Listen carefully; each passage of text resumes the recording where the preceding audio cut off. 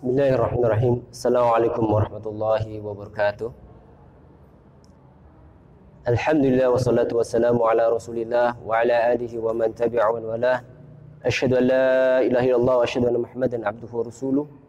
Allahumma salli wa sallim wa zid wa barik wa an'im ala habibina wa syafi'ina Maulana Muhammadin sallallahu alaihi wasallam wa ala alihi wa azwajihi wa dhurriyyatihi wa man tabi'ahu ila yaumiddin. Amma ba'du. Ikhwan fid din, azanillahu wa iyyakum ajma'in. Alhamdulillah, Allah Subhanahu wa taala masih mempertemukan kita semua dalam rangka thalabul ilmi. Dan ini merupakan nikmat dari Allah Subhanahu wa taala, nikmat yang paling besar, yaitu nikmat iman. Kemudian setelah itu adalah nikmat thalabul ilmi. Karena nikmat iman tidak diberikan kepada siapa saja, bahkan yang dicintai oleh Rasulullah SAW tidak mendapatkannya, yaitu Abu Thalib. Dan kemudian nikmat dari itu, lebih dari itu adalah thalabul ilmi. Man salaka tariqan yaltamisu fihi ilman sahalallahu lahu tariqan ilal jannah. Barang siapa yang mencari ilmu karena ridha Allah Subhanahu wa taala, maka Allah Subhanahu wa taala akan memudahkan jalan menuju surga. Kemudian Rasulullah SAW bersabda, khairukum man ta'allamal Qur'an wa 'allamah. Sebaik-baik kalian adalah orang yang belajar Al-Qur'an dan mengajarkan Al-Qur'an. Dan kita di sini duduk bersimpuh tidaklah lainkan yaitu mempelajari Al-Qur'an dari apa-apa yang kita pelajari. Kaum muslimin a'azanillahu wa iyyakum ajma'in. Alhamdulillah, kita telah membahas yaitu dosa-dosa besar yang keempat, yaitu tarkus shalah, yaitu meninggalkan salat. Dan kemarin kita membahas bahwa kelak fakhalafa min ba'dihim khalfun adha'u salawat wattaba'u syahwat. Dan kelak nanti akan ada orang-orang yang melalaikan salat dan mengikuti syahwat. Dan ini adalah qarinah yang mana orang yang melalaikan sholat pasti mengikuti syahwat. Kemarin kita telah membahasnya. Dan Rasulullah SAW mengatakan, bersabda bahwa orang-orang yang sholat itu adalah syaki, asyaki wa mahrum. Asyaki, apa itu syaki? Orang-orang yang celaka. Mahrum di sini yang terlarang dari kenikmatan-kenikmatan Allah Subhanahu wa taala. Karena pada hakikatnya salat itu adalah nikmat. Rasulullah sallallahu alaihi wasallam, maka dari itu disebutkan dari riwayat Imam Muslim, Al-Imam Muslim meriwayatkan dari Aisyah bahwasanya Rasulullah sallallahu alaihi wasallam salat sampai kakinya bengkak-bengkak. Saking lamanya salatnya sampai kakinya bengkak-bengkak. Kenapa? Karena menikmati salat. Kemudian Aisyah bertanya, "Ya Rasulullah, bukankah engkau telah ghufira ma taqaddama min dzambi? Engkau bukankah telah diampuni dosa-dosanya, baik yang telah berlalu ataupun yang akan datang telah diampuni?" Kemudian, "Afala akuna 'abdan syakura?" Rasulullah SAW bersabda, "Ya Aisyah, bukankah aku sebaiknya menjadi hamba yang bersyukur?" Di sini Rasulullah SAW mensyukuri nikmat dan menikmati, yaitu menikmati salat. Karena pada hakikatnya ketika kita salat, kita nikmati, itu sangat nikmat sekali. Bahkan lebih nikmat daripada kenikmatan-kenikmatan yang ada di dunia ini. Maka kemudian Rasulullah SAW masih di riwayat Al-Imam Muslim bahwa Hudzaifah ibn al-Yaman waktu itu beliau salat bersama Rasulullah SAW. Jadi Rasulullah SAW salatu ma'an Nabi sallallahu alaihi wasallam dzata lailah faftaha al-Baqarah. Jadi kemudian faqalat yarka' indal Maidah. Jadi Rasulullah SAW sedang salat, kemudian Hudzaifah ibn al-Yaman ikut salat malam bersama Rasulullah SAW. Kemudian Rasulullah SAW setelah iftitah, beliau membaca Al-Fatihah biasa, setelah itu membaca Al-Baqarah. Al-Baqarah, Masya Allah. Kata Hudzaifah Yaman, dia dalam hati tuan. Iya, di dalam hati. Kalau di luar batal sudah. Di dalam hati. Wah, insyaAllah ruku nanti di Maidah. Nggak tahunya lanjut Al-Maidah. Kemudian membaca Al-Maidah. InsyaAllah berhenti di An-Nisa. Artinya apa? Artinya saking capeknya Hudzaifah Yaman. Capek. Nggak tahunya Rasulullah SAW melanjutkan ke An-Nisa, surat An-Nisa. Kemudian dia masih berprasangka juga dalam hati, insyaallah paling juga selesai nih surat ini. Nggak tahunya lanjut Ali Imran, Al-Baqarah, kemudian Al-Maidah, An-Nisa, Ali Imran. Dan ini berapa juz? Masya Allah, banyak sekali. Dan ini menandakan bahwa Rasulullah SAW bagaimana beliau sholatnya sangat gigih karena menikmati sholat. Dan sahabatnya tidak akan kuat. Hudzaifah bin Yaman melihat seperti ini berarti beliau sebenarnya tidak kuat. Karena beliau ragu, apakah saya akan teruskan atau enggak. Tetapi ini jelas, jangan sholat fardu. Bukan sholat fardu. Kalau sholat fardu sini, Al-Baqarah, makmumnya Assalamualaikum, selesai. Mana makmumnya? Enggak ada. Enggak ada. Apalagi biarin mereka yang membubarkan berarti orang munafik. Jangan. Itu Mu'adz bin Jabal dimarahin sama Rasulullah SAW. Afatana anta ya Mu'adz? Apakah engkau akan menjadi fitnah kepada mereka wahai Mu'adz? Seperti itu. Kalau sholat fardu melihat jamaahnya. Ya kalau syabab semua, qari'ul Quran semua, ya udah banyak-banyak lah. Sholat malam. Kalau sholat malam itu haknya imam. Nah, di sini kita perhatikan bahwa Rasulullah SAW begitu menikmatinya yang namanya sholat. Karena pada dasarnya sholat ini sungguh luar biasa. Di situ kita membaca Al-Quran. Wa yut'imuna ta'am, contoh wa yut'imuna ta'am ala hubbihi miskina wa yatima wa asira. Lihat, Allah Subhanahu wa taala berfirman agar kita memberi makan kepada wa yut'imuna ta'am ala hubbihi, atas apa yang kita sukai. Jadi misalnya ini makanan kita sukai, kita kasihkan. Ala hubbihi miskinan, orang-orang miskin, wa yatiman, orang-orang yatim, wa asira. Asir siapa ini asir? Asir ini adalah tawanan perang. Jadi kita perang, kemudian orang kafir ini yang memerangi kita, yang mau membunuh kita, yang sebenarnya pengen membunuh kita, kemudian ketahuan, kemudian kita kasih makan. Wa yut'imuna ta'ama ala hubbihi, apa yang kita sukai. Jadi jangan ngasih makanan bekas, sudah mau basi, sudah besok lagi, bukan mau basi, sudah dicium, sudah basi. Apalagi sudah lengket-lengket, dikasihkan kepada tawanan. Enggak, ini dalam Islam seperti ini. Ini salah satu contoh. Banyak hal-hal yang luar biasa. Makanya ketika sholat ini, kok bisa? Inna sholata tanha 'anil fahsya wal munkar. Sholat itu bisa mencegah keji dan munkar. Kenapa? Inilah rahasianya. Ketika kita sholat menikmati, khusyuk, maka kita akan terpengaruh dengan Al-Quran. Kita akan terpengaruh dengan bacaan-bacaan Al-Quran. Allahumma ba'id baini wa bainal khotoyaya kama ba'adta bainal masyriqi wal maghrib. Ya Allah, jauhkanlah maksiat. Masa setelah sholat, setelah kita berdoa, memohon Allah, menangis apa, ya Allah, Allahumma ba'id baini, di dalam hati.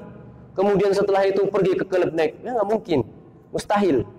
Atau ini korupsi, ada uang lumayan nih, nggak dipakai negara, lumayan pakai. Enggak mustahil.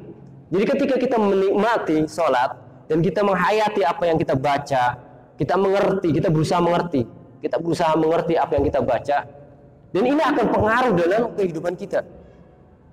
Maka mafhumnya tadi, ini mantuknya adwa'u salawat wa yattabi'una syahwat. Jadi orang-orang yang mengikuti melalaikan sholat, adwa'u salawat wa taba'u syahwat, yaitu orang-orang yang melalaikan sholat kemudian mengikuti syahwat. Ini mantuknya. Jadi mantuk adalah Al-Quran, atau hadis yang secara dimantuk, yaitu yang jelasnya, yang sorihnya seperti itu. Yang sorihnya adalah orang-orang yang melalaikan sholat mengikuti syahwat. Ini. Jadi kalau orang yang melalaikan sholat pasti mengikuti syahwat. Nah, mafhumnya adalah orang-orang yang tidak melalaikan sholat pasti mereka tidak akan pernah mengikuti syahwatnya. Habsu nafsi. Mereka akan menjaga jiwanya. Maka kalau menjaga jiwanya dari apa? Maksudnya di sini, jiwa yang keburukan. Inna nafsa la'amaratu bisu. Sesungguhnya jiwa mengajak kepada kejelekan. Maksudnya di sini adalah menjaga dari perbuatan zina, menjaga dari perbuatan mencuri, menjaga dari perbuatan ghibah, namimah, menjaga dari mencela kaum muslimin, atau menjaga dari idza atau menyakiti tetangga kita, menyakiti orang tua kita. Mustahil. Jadi ketika dia sholat balik-balik kasar sama orang tua, mustahil. Ketika sholatnya menikmati, yaitu khusyuk. Ketika sholatnya khusyuk dan menikmati, maka patut disayangkan banyak kaum muslimin yang Masya Allah, la hawla wa la quwata illa billah, mereka yang belum tentu diampuni oleh Allah Subhanahu wa taala. Seperti kita juga sama. Tidak ada jaminan diampuni oleh Allah Subhanahu wa taala. Tetapi salat kita ya masih pengen tergesa-gesa selesai dari salat. Kalau dulu Rasulullah SAW, ya Bilal, arihna bis shalah. Wahai Bilal, istirahatkanlah kami, hiburlah kami dengan salat. Salat itu penghibur hati lara, penghibur hati yang sedang Masya Allah galau, hati yang sedang baper atau sedang apalah. Itulah salat. Tetapi kalau sekarang, ya Bilal, arihna minas shalah. Wahai Bilal, istirahatkanlah kami dari salat. Kenapa? Salatnya terlalu lama. Waduh, salatnya terlalu lama, Masya Allah. Seperti itu. Padahal enggak lama-lama amat, cuma sabbihisma rabbikal a'la, ya paling atau satu halaman. Itu aduh lama banget. Padahal kalau diperhatikan bagaimana Rasulullah SAW lamanya tadi, maksudnya sebentarnya aja itu sebenarnya adalah lamanya kita. Sebentarnya dari Rasulullah SAW sholat itu sebentarnya lamanya dari kita. Maka kaum muslimin azanillahu wa iyyakum ajma'in, berusahalah untuk kita menikmati dalam sholat, khusyuk dalam sholat, dan ketika imam membaca kita renungi, kita hayati, dan berusahalah untuk menangis. Kaum muslimin azanillahu wa iyyakum ajma'in, istiqomah adalah, kata Syekh Al-Islam Ibnu Taimiyah, ahsanul karomah, sebaik-baiknya karomah. Nah, maka dari itu coba kita berusaha sholat paling tidak 1 rakaat sebelum tidur, atau kalau bisa ya bangun tidur jam 3:30 atau jam berapa, kita sholat 1 rakaat saja, 1 rakaat saja witir, 1 rakaat witir, kemudian tidur, dan di situ kita renungi saja. Nanti kalau kita sudah bergerak hatinya, tambah lagi 2 rakaat, kemudian tambah 1 witir, terus sampai 8 rakaat 1 witir, atau kemudian sampai 3 witir. Dan bacaannya pertama masih paling ya baca yang pendek-pendek saja, tapi kita hafal dan kita kuasai dan kita tahu maknanya dan kita hayati dan kita menangis di situ. Terus rutinitas, jangan sampai bolong, dan berusaha walaupun ya bolong, besok usaha untuk tidak bolong lagi. Ya namanya seperti ini. Kadang-kadang kita ya begitulah. Kadang-kadang capek sholat ini beban. Itu yang menjadi masalah kan. Ketika kita sholat ini adalah kesembuhan, artinya adalah satu obat atau satu jamu atau satu kekuatan. Ketika capek sholat, ini luar biasa. Itu adalah Rasulullah SAW yang bilang arihna bis shalah. Tetapi kita kadang-kadang masih seperti ini. Jadi ketika capek, sholat ini adalah beban. Tapi kita berusaha yang 1 rakaat, 2 rakaat ini jadikan kenikmatan dulu. Baca apa yang kita sudah lakukan, pahami dan kita kuasai, kita berusaha khusyuk di situ. Kemudian terus nanti akan terasa dan akan merubah sikap kita. Merubah sikap pelan-pelan tapi pasti insya Allah. Berusaha baca-baca yang menambah keimanan, menambah akhlak yang baik. Wabil walidaini ihsana contohnya. Maka kepada orang tua kita ihsan. Itu dari efek dari sholat. Kaum muslimin azanillahu wa iyyakum ajmain. Maka inilah sebenarnya kalau kaum muslimin mengobati hati yang lara dengan sholat, insya Allah ini adalah merupakan obat yang manjur.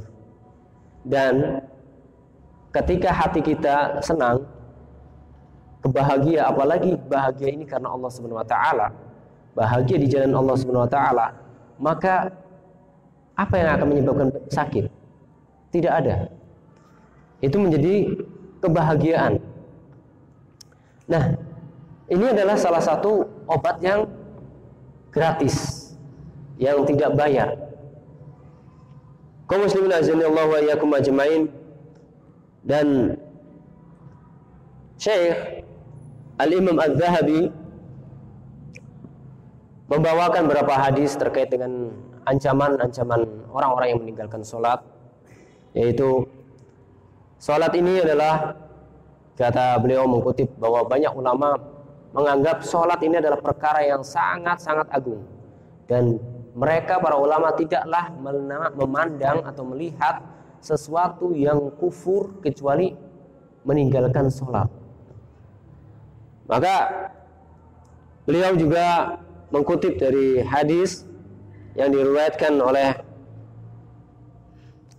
Ahmad, kemudian Tabrani, dan di dalam targhib at-targhib, yaitu asyaddun nas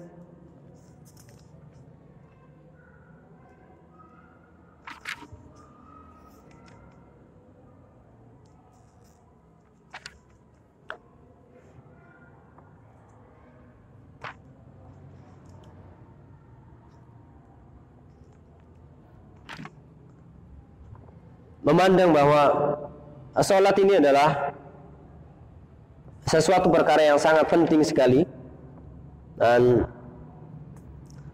sholat ini bagaikan pengukur antara iman dan kafir. Jadi al-ahdu bainana as-shalah, faman tarakaha faqad kafar.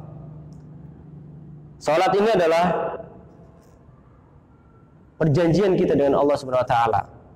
Dan barang siapa yang meninggalkannya adalah kafir. Nah, maka kemudian juga beliau menyampaikan bainar rajul wa bainal kufri tarkus shalah. Bedanya antara kita dengan orang kafir yaitu adalah meninggalkan salat. Dan Syekh lebih berpendapat bahwa orang yang meninggalkan sholat secara sengaja terus menerus itu adalah kufur, yaitu kafir. Dan beliau menyampaikan waqad ikhtalafa al-ulama rahimahullah taala fi hukmi tarikus shalah.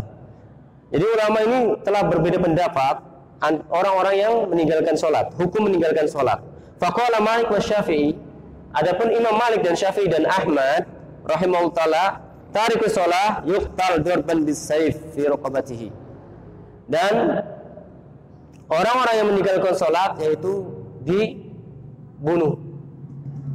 Bagi pendapatnya Imam Malik dan Syafi'i dan Ahmad, karena perkara yang sangat agung.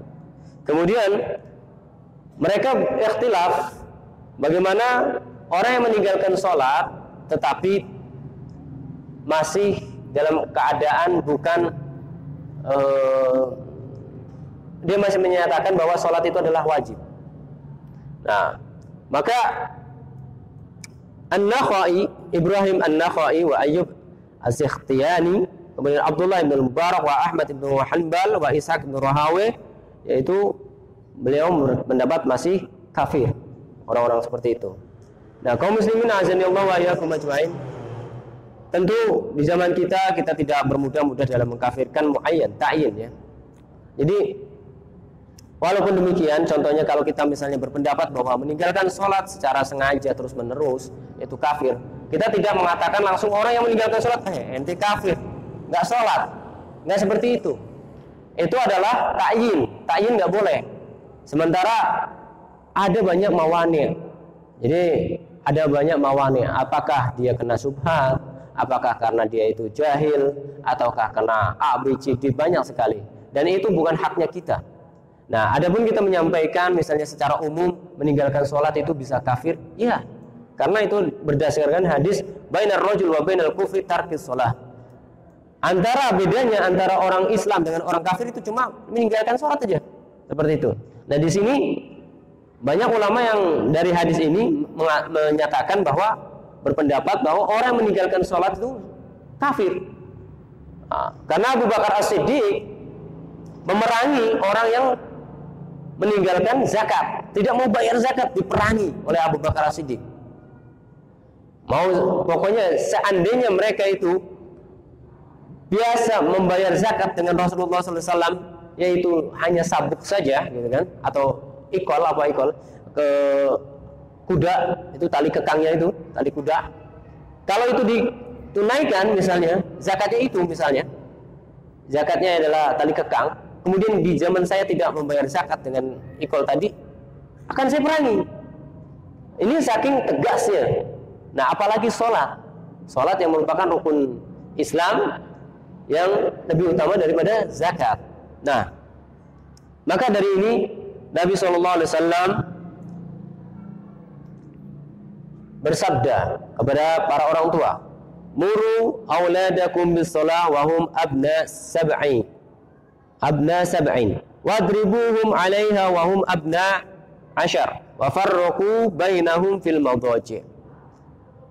Perintahkan anak-anak kalian untuk melaksanakan sholat. Ini diriwayatkan dari Abu Daud dan disahihkan Syekh Al-Albani. Perintahkan anak-anak kalian melaksanakan sholat mereka sejak umur 7 tahun. Jadi ketika sudah umur 7 tahun, bangunkan sholatnya. Sholat subuh bangunkan, kalau tidur zuhur bangunkan, waktunya sholat bangunkan, ajarkan. Nah, kemudian Rasulullah SAW memerintahkan wadribuhum 'alaiha wa hum abna 'ashar wa farraqu bainahum fil madaji'. Dan pukullah mereka ketika enggan melaksanakan sholat dan ketika umur berapa? Umur 10 tahun.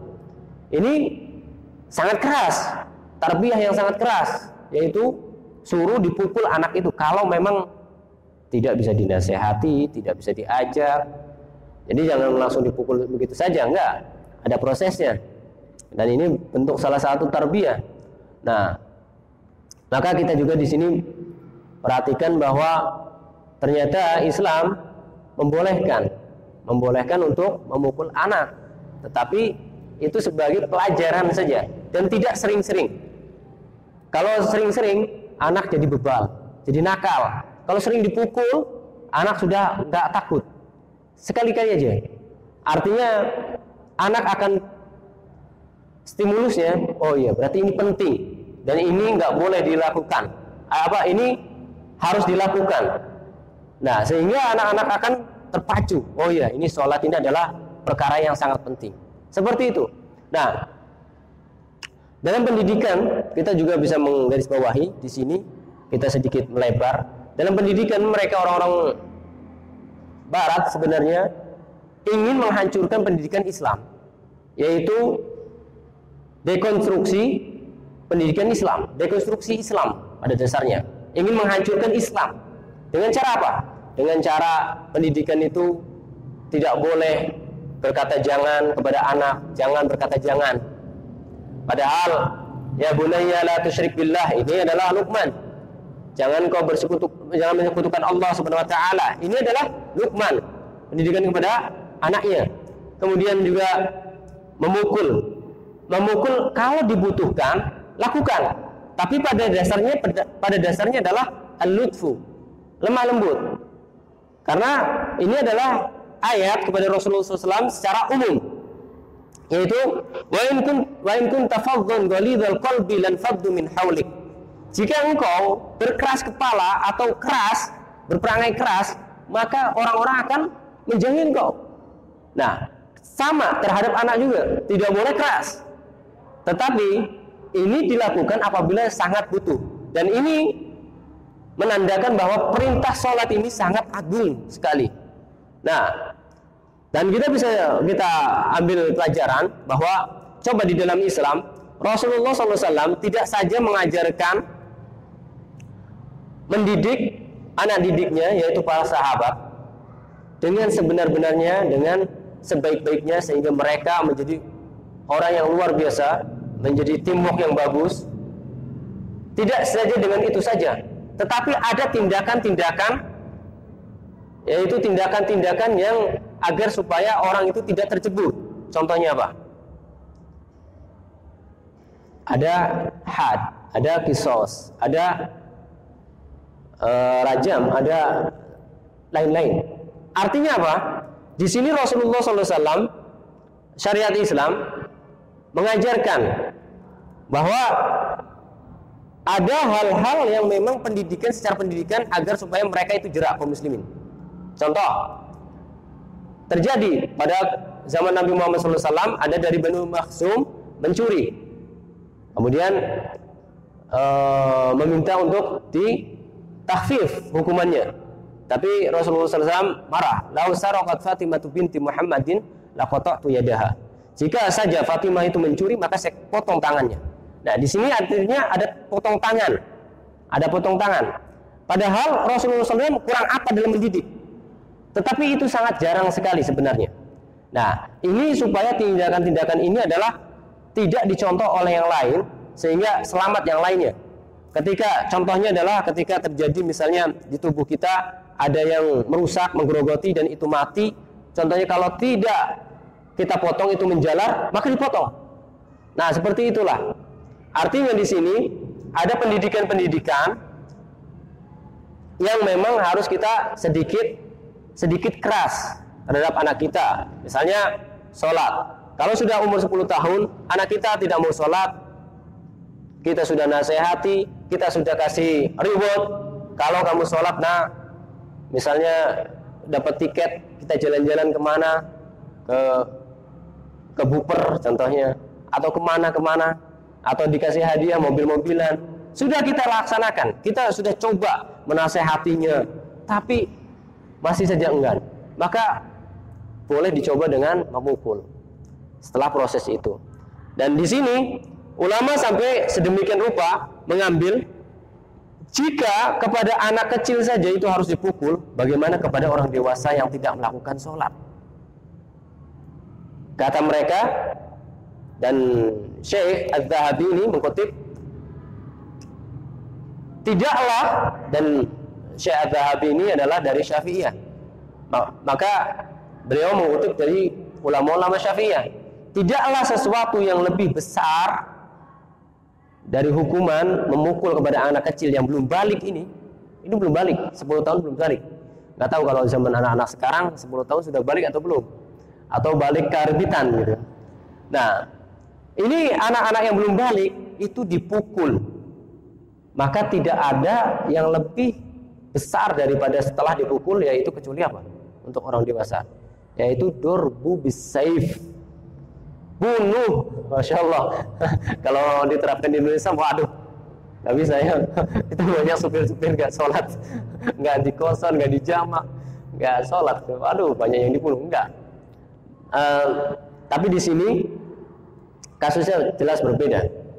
Nah, tentu kita di sini kaum muslimin azanillahu wa iyyakum ajmain telah mengetahui, maka kita dakwahkan kepada saudara-saudara kita yang masih meninggalkan sholat, yang sholat Jumatnya masih nongkrong di rumah saja, kan kelihatan sebenarnya. Tetangga kita, misalnya kita sholat Jumat, ada tetangga kita yang tidak sholat Jumat, kelihatan padahal dia muslim.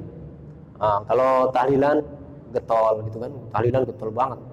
Atau kalau syukuran misalnya orang tua mati, getol. Atau 7 bulanan atau yang lainnya, getol. Dan itu baca-baca Al-Quran di rumahnya, yaitu tahlilan tadi. Nah itu berarti itu indikasinya, oh itu muslim, tapi nggak sholat, dakwahi, nggak dikafirkan. Oh ini kafir nih nggak sholat, nah, jangan, makin lari. Tinggal kafir nih nggak sholat, lari.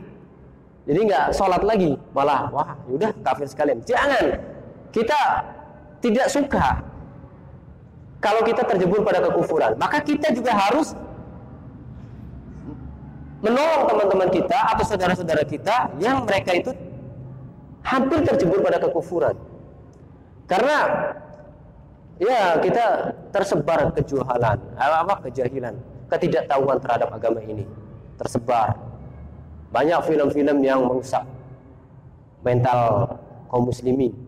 Banyak film-film yang merusak akal kaum muslimin. Maka ini termasuk syubhat. Dan ada banyak lagi yang pemikiran-pemikiran sesat yang mengatakan bahwa sholat itu tidak wajib. Yang penting hati kita sudah sholat, maka cukuplah, tidak perlu pakai gerakan. Karena lidzikri, as-sholat lidzikri, sholat itu hanya untuk mengingat Allah. Kalau sudah ingat, ngapain? Goyahnya sudah tercapai. Nah ini pemahaman-pemahaman yang menyesatkan kaum muslimin sengaja.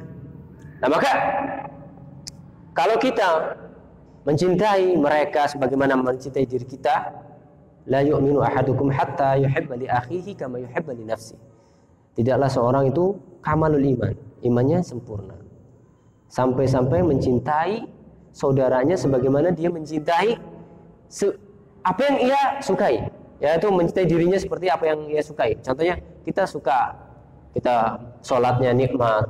Nah, kita juga harus memberitahukan kepada saudara-saudara kita kalau sholat itu nikmat kok. Seperti itu. Dengan cara apa saja? Dengan cara apa saja. Maka di sini Allah SAW memuji dengan lisannya Rasulullah SAW, karena Rasulullah SAW adalah la yantiqu anil hawa in huwa illa wahyu yuha. Tidaklah Rasulullah SAW itu berkata atau berucap itu dengan hawa nafsu. Itu artinya Rasulullah SAW apa yang ia lakukan, apa yang ia ucapkan adalah wahyu. Apa? Rasulullah SAW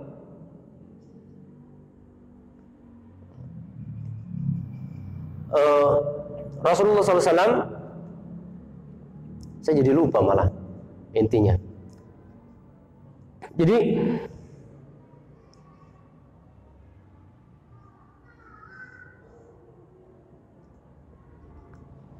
Jadi lupa, mohon maaf kaum muslimin azanallahu wa iyyakum ajmain.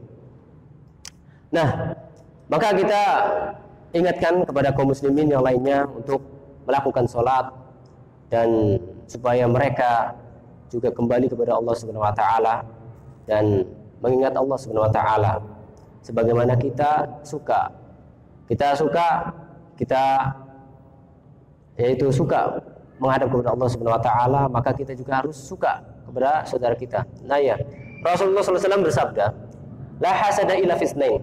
Tidak ada kehasadan kecuali 2 perkara, yaitu rajulun atahullahu ilma, seorang yang diberikan ilmu kemudian fayu'allimuha, kemudian dia mengamalkannya, yaitu mengajarkan manusia masalah terkait dengan sholat yang lainnya, ajak manusia agar dengan ilmunya mengajak manusia untuk sholat. Kemudian juga rajulun atahul mal, seorang yang diberikan oleh Allah Subhanahu wa taala adalah harta, diberikan harta, kekayaan, fasallatahu hatta kada ayyuhlikahu au kama qala Rasulullah, sehingga dengan harta tersebut dia berdakwah kepada Allah Subhanahu wa taala sampai dengan harta ini dia hampir hancurlah ibaratnya. Fayuhlikahu, halak itu kan hancur. Tapi maksudnya di sini adalah dia menghabiskan hartanya untuk di jalan Allah Subhanahu wa taala. Maka ketika kita mempunyai harta, gunakan untuk di jalan Allah Subhanahu wa taala. Ajak manusia untuk sholat. Nah, maka kita perhatikan ada kaum muslimin yang mereka sebenarnya tidak mau sholat itu bukan karena enggan. Contohnya orang-orang yang kerja keras yang di jalan, kita tawari saja, Pak, ini sudah mau azan. Kalau kita tahu dia muslim, kita tawari, Pak, ada sarung, ada koko, ganti aja, gak apa-apa Pak. Ini buat di kamar mandi, ganti. Gak usah mandi juga gak apa-apa Pak. Nanti kerja lagi seperti itu. Yang penting gak najis. Nah, kadang-kadang ada orang yang mereka itu tidak sholat, itu karena menganggap, wah ini pakaian kotor, terus tubuh kita kotor. Padahal ada hal-hal yang dirukhsahkan. Contoh Al-Jazzar adalah orang yang tukang potong kambing, atau orang yang suka dagang kambing atau dagang daging lah ya. Dan itu kan banyak darah, nyiprat. Nah, min umumil balwa itu sudah nggak bisa dilakukan lagi. Maka dia boleh untuk sholat dalam keadaan seperti itu, asal tidak banyak. Wah ini muncrat, oh ini mobil bawa. Enggak, jangan seperti itu. Kalau muncrat banyak ya dibersihkan sedikit.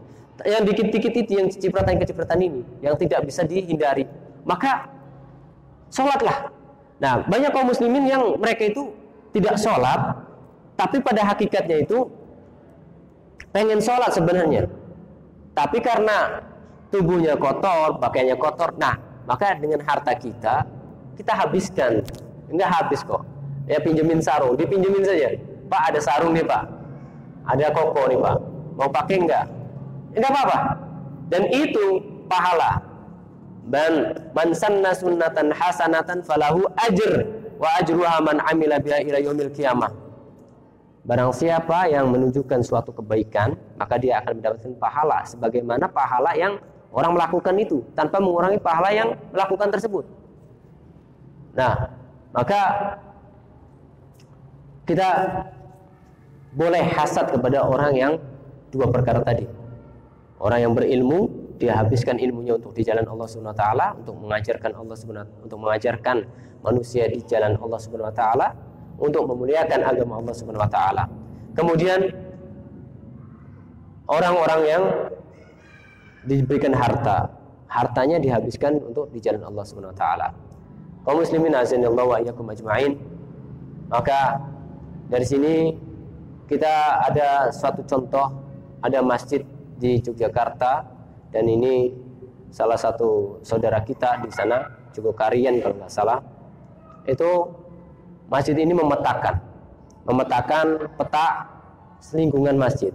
Oh ini belum sholat, ini orang kafir, ini orang muslim tapi sholatnya Sabtu 2 kali. Oh ini yang memusuhi dakwah kita. Dipetakan, diajak dengan cara apapun, dengan sumbangan di masjid ada berapa juta, ya udah kita diundang dengan undangan yang resmi, yang megah, yang mewah, maksudnya undangannya bukan megah, mewah undangannya, kayak undangan yang resmi banget.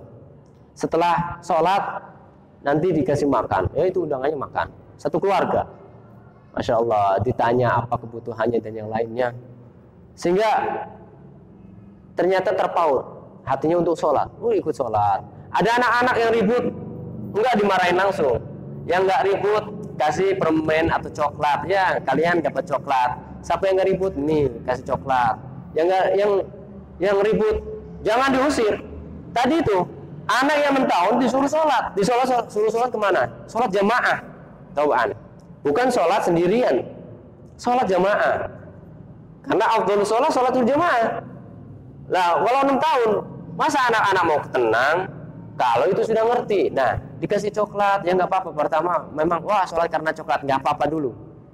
Nanti lama-lama dipahamkan. Jangan dicerca, kamu itu jangan kesini lagi. Jangan kesini lagi, menyelisihi syariat Islam. Orang disuruhnya sholat, pukul. Kalau dia nggak sholat, nah ini suruh sana pergi. Salah kebalik. Jadi yang di sana juga kalian di Jogja, ini anak yang sholatnya bagus nih, kasih ya. Kamu belum ya, besok sholat kesini lagi, dan yang rapi sholatnya. Dan ini bertambah terus. Itu yang memusuhi dibaiki. Pak, apa kebutuhannya, diziarahi, ya akhirnya orang juga punya hati luluh, hatinya punya hati nurani, masya Allah ya, ternyata ada kaum muslimin yang peduli.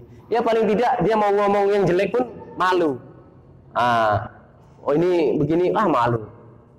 Ya sudah, kemudian setelah itu baru mengikuti. Seperti itu, kaum muslimin nazinallahu wa iyyakum ajmain. Maka ini perlu hal-hal yang seperti ini kita contoh. Mungkin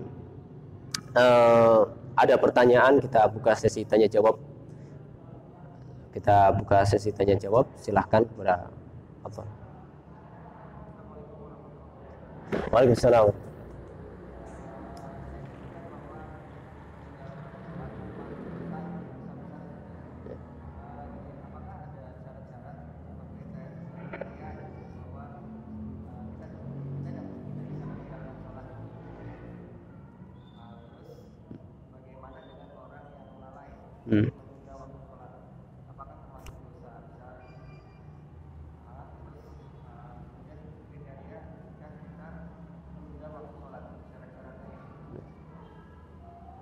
Sudah waktu azan.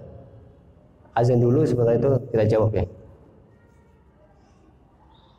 Kita jawabnya setelah azan aja Pak ya.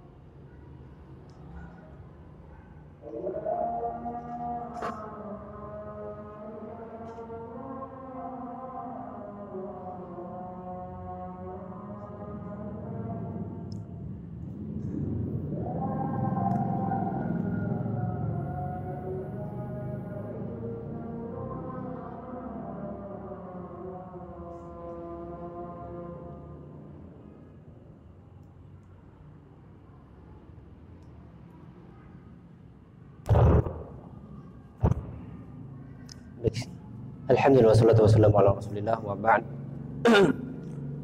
Jadi pertanyaannya kami ulangi lagi bahwa apakah ada syarat atau ada rukhsah untuk boleh dalam keadaan meninggalkan sholat secara keseluruhan. Dan kemudian yang kedua apa, Pak? Ya, menunda-nunda waktu sholat. Nah, mungkin sebelumnya saya akan jawab yang kedua dulu, yaitu menunda-nunda waktu sholat. Yang telah kita bahas kemarin adalah di situ ada sholawat, yaitu melalaikan waktu sholat, itu adalah menunda-nunda. Maka di sini juga wailun lil musallin, celakalah bagi orang yang sholat. Maksudnya adalah sholatnya suka menunda-nunda.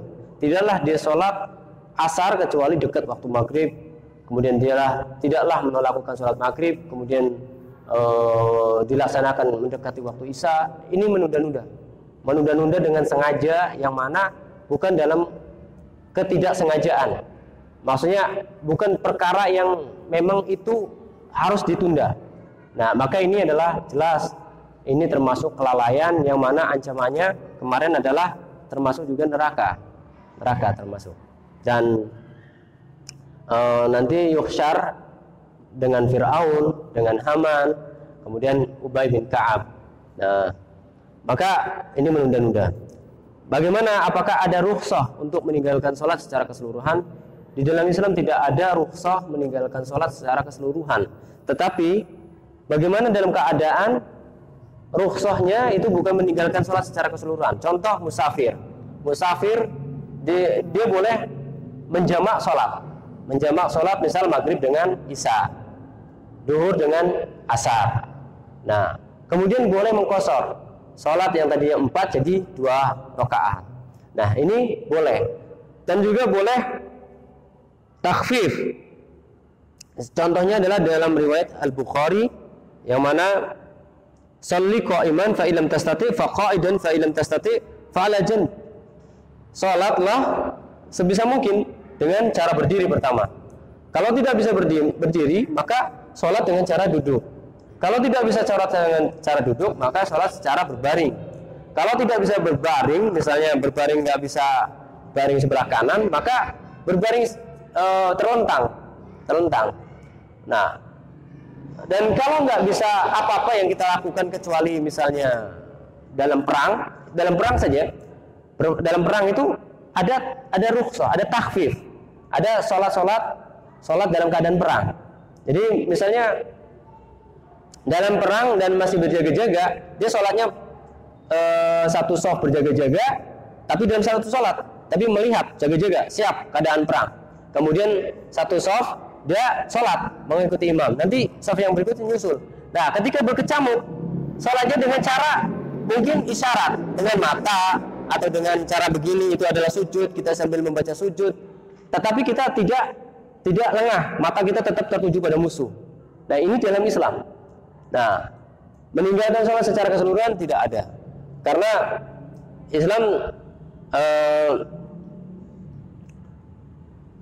sangat keras ancaman-ancaman meninggalkan sholat. Kemudian juga sholat ini merupakan rukun Islam, yang mana rukun ini adalah apabila ditinggalkan maka batalah keislaman. Nah, maka dalam keadaan apa kaum muslimin meninggalkan sholat? Dalam keadaan meninggal pun tidak ditinggalkan sholat, disolatkan. Disolatkan ya. Di depan disolatkan dalam keadaan meninggal. Nah, tapi sebelum meninggal kalau masih bisa sholat, dalam masih dia belum masih sadar, maka boleh maka sholat. Nah, mungkin inilah yang boleh meninggalkan sholat adalah orang gila, seperti itu ya. Orang gila sudah tidak akal, sudah la yukallaf, ghairu mukallaf. Kemudian yang sudah nggak sadar diri, misalnya sekarat, koma, yaitu sudah nggak wajib sholat, ghairu mukallaf. La yukallifullahu nafsan illa wus'aha, sudah nggak punya akal. Kemudian keadaan ya seperti itulah, contoh-contoh yang mau mati, yang nggak ada sadar sama sekali. Tapi kalau misal masih ingat, sadar, maka sholat. Atau keadaan yang sudah, ya pokoknya intinya adalah hilangnya akal. Mungkin itu saja. Kita tutup dengan satu pertanyaan. Semoga ini menambah ilmu kita, kemudian kita mengamalkan, dan semoga dengan sholat ini menambah keimanan dan juga akhlak semakin baik, terhadap orang tua semakin baik, terhadap tetangga semakin baik, terhadap sesama semakin baik. Kita cukupkan, kita tutup dengan doa kafaratul majlis. Subhanakallahumma wa bihamdika asyhadu an la ilaha illa anta astaghfiruka wa atubu ilaik. Ada salahnya itu dari saya pribadi, dari syaitan, dan benarnya dari Allah Subhanahu wa taala. Assalamualaikum warahmatullahi wabarakatuh.